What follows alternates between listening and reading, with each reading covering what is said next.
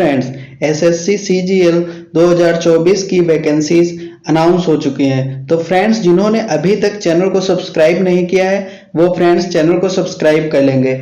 इस बार का सीजीएल खास होने वाला है क्योंकि फ्रेंड्स बहुत बड़ी मात्रा में यहाँ पे वैकेंसीज निकल के सामने आ रही हैं। तो फ्रेंड्स यहाँ पे देखेंगे कि कितने पदों के लिए 17,727 कितने 17,727 वैकेंसीज निकली हैं। यहाँ पे देखिए अप्रॉक्स 17,727 और ये क्या है, टेंटेटिव वैकेंसीज हैं, अभी इससे ज्यादा ही होंगी, यानी कि ये वैकेंसीज अभी बढ़ सकती हैं। तो देखते हैं कब क्या है कि किस डेट में कौन से फॉर्म है।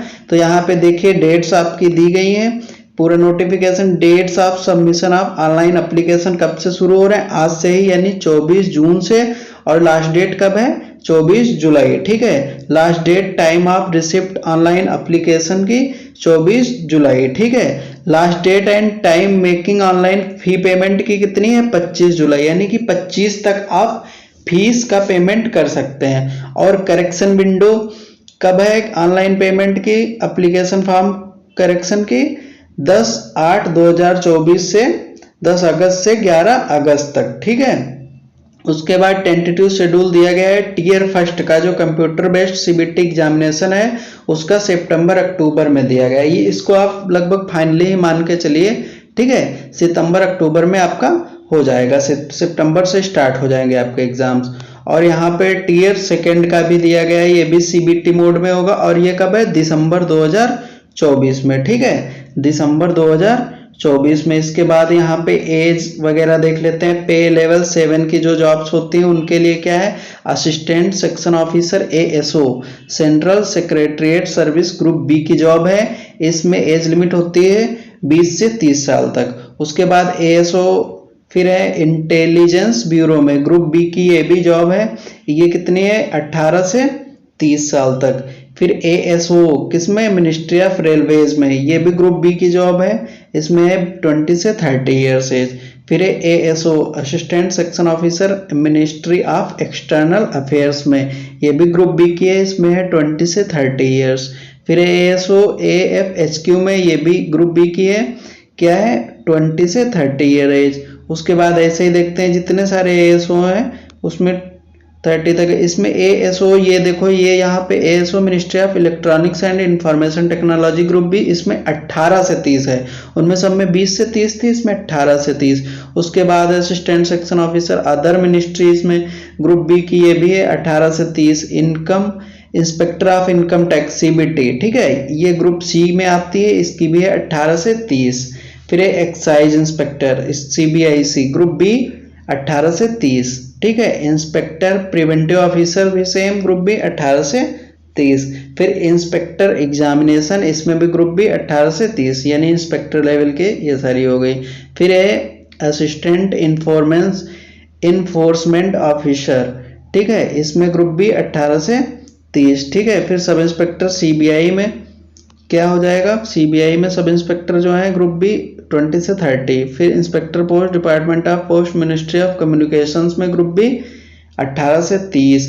Inspector CB of central bureau of narcotics ministry of finance group B की है, ये हो जाएगा 18 से 30। अब पे लेवल 6 में देखते हैं, इसमें असिस्टेंट सेक्शन ऑफिसर एएसओ, ये अदर मिनिस्ट्रीज ग्रुप बी 18 से 30। फिर executive assistant CBIC group B 18 से 30। Research assistant NHRC national human rights commission group B 18 से 30। फिर divisional accountant officer under CAG के ग्रुप बी 18 से 30। फिर sub inspector national investigation agency NIA group B 18 से 30। फिर sub inspector junior intelligence officer narcotics control bureau MHA group B 18 से 30। फिर है JSO ministry of statistics programme implement group B 18 से 32। ठीक है फ्रेंड्स, उसके बाद पे लेवल 5 देखते हैं, इसमें ऑडिटर लेवल की हैं, auditor officer of CAG, auditor CGDA, ठीक है, ऑडिटर अदर मिनिस्ट्री अकाउंटेंट, ये सारे। फिर अकाउंटेंट इधर कंट्रोलर में अकाउंटेंट जूनियर से, ये सारे हैं 18 से 27 ईयर तक, और ग्रुप सी की जॉब्स हैं सारी, ठीक है, पे लेवल 5 में। फिर पे लेवल 4 पे आ जाते हैं, इसमें भी ग्रुप सी की हैं।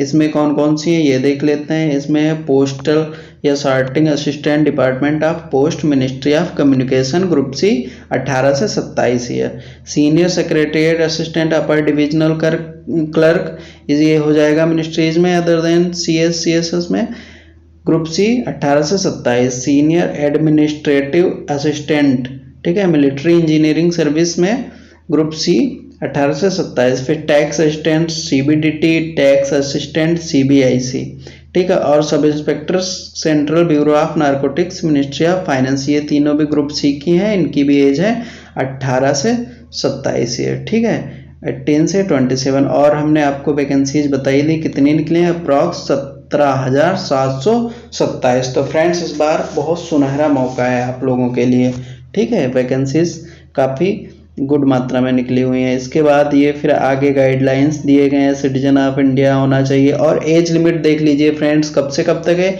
एज लिमिट आपकी 1/8/2024 यानी कि 1 अगस्त 2024 को काउंट होगी, ठीक है फ्रेंड्स।